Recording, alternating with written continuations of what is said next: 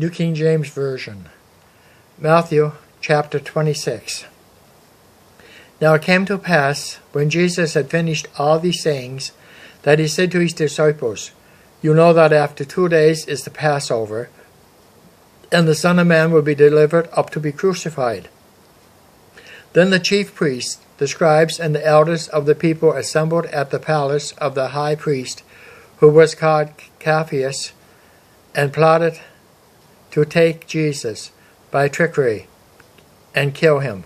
But they said, Not during the feast, lest there be an uproar among the people. And when Jesus was in Bethany at the house of Simon the leper, a woman came to him having an alabaster flask of very costly fragrant oil, and she poured it on his head as he sat at the table. But when his disciples saw it, they were indignant, saying, Why this waste? For this fragrant oil might have been sold for much and given to the poor. But when Jesus was aware of it, he said to them, Why do you trouble the woman? For she has done a good work for me. For you have the poor with you always, but me you do not have always.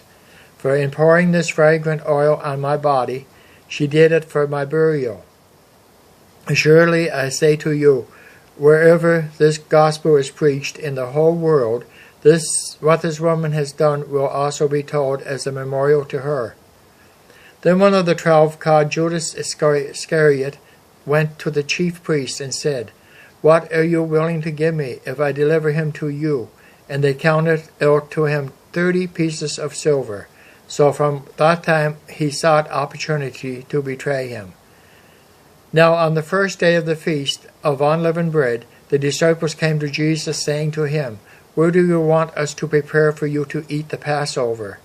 And he said, Go into the city to a certain man and say to him, The teacher says, My time is at hand. I will keep the Passover at your house with my disciples. So the disciples did as Jesus had directed them, and they prepared the Passover.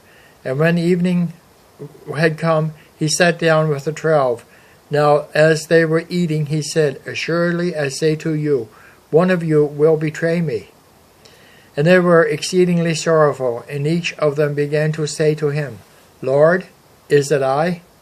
He answered and said, He who dipped his hand with me in the dish will betray me.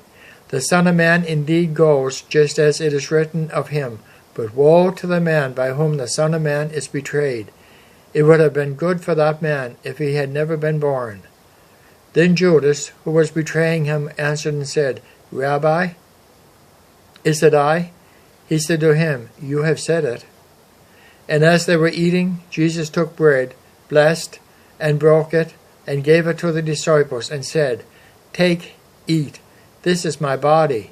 Then he took the cup, and gave thanks, and gave it to them, saying, Drink from it, all of you, for this is my blood of the New Testament covenant, which is shed for many, for the remission of sin.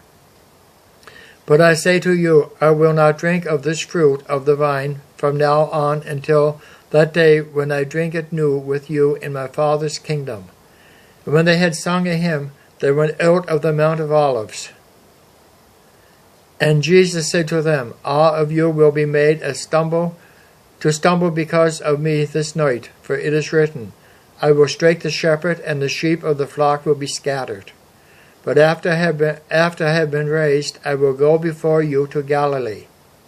Peter answered and said to him, Even if all are made to stumble because of you, I will never be made to stumble. Jesus said to him, Assuredly I say to you that this night, before the rooster crows, you will deny me 3 times. Peter said to him, Even if I have to die with you, I will not deny you. And so said all the disciples. Then Jesus came with them to a place called Gethsemane, and said to the disciples, Sit here, while I go and pray over there. And he took with him Peter and the 2 sons of Zebedee, and he began to be sorrowful and deeply distressed. Then he said to them, My soul is exceedingly sorrowful, even to death. Stay here and watch with me. And he went a little further and fell on his face and prayed, saying, O my Father, if it is possible, let this cup pass from me. Nevertheless, not as I will, but as you will. Then he came to the disciples and found them sleeping, and said to Peter, What, could you not watch with me 1 hour? Watch and pray, lest you enter into temptation.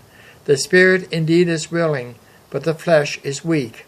Again the second time he went away and prayed, saying, O my Father, if this cup cannot pass away from me, unless I drink it, your will be done. And he came and found them asleep again, for their eyes were heavy. So he left them, went away again, and prayed the third time, saying the same words. Then he came to his disciples and said to them, Are you still sleeping and resting? Behold, the hour is at hand. The Son of Man is being betrayed into the hands of sinners. Rise, let us be going. See, my betrayer is at hand. And while he was still speaking, behold, Judas, one of the 12, with a great multitude, with swords and clubs, came from the chief priests and elders of the people.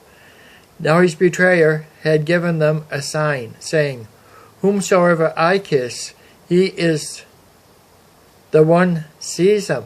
Immediately he went up to Jesus and said, Greetings, Rabbi, and kissed him. But Jesus said to him, Friend, why have you come? Then they came and laid hands on Jesus and took him.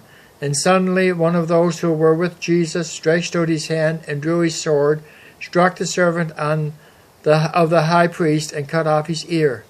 But Jesus said to him, Put your sword in its place, for all who take the sword will perish by the sword.